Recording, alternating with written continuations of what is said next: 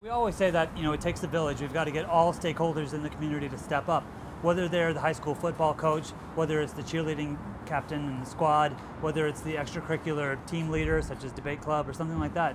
Everyone has a role to play in talking about these issues.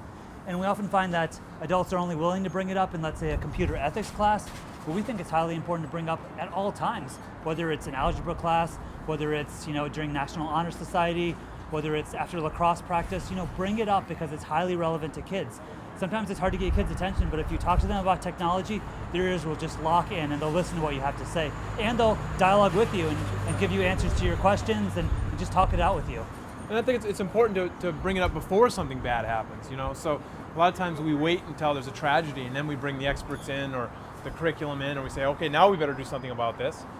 We go into some schools where we'll talk to all the students, we'll have a parent presentation in the evening, and there'll be like 7 parents that show up, right, in a school of 1,200.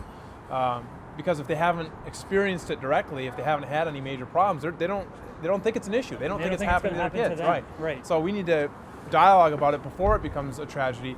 And that's why it's also important to deal with the problems before they get way out of control. And so it might be relatively minor, name calling or disrespecting, but that culture eventually is going to percolate into something very serious, and there's bound to be a significant problem that happens if it's not addressed.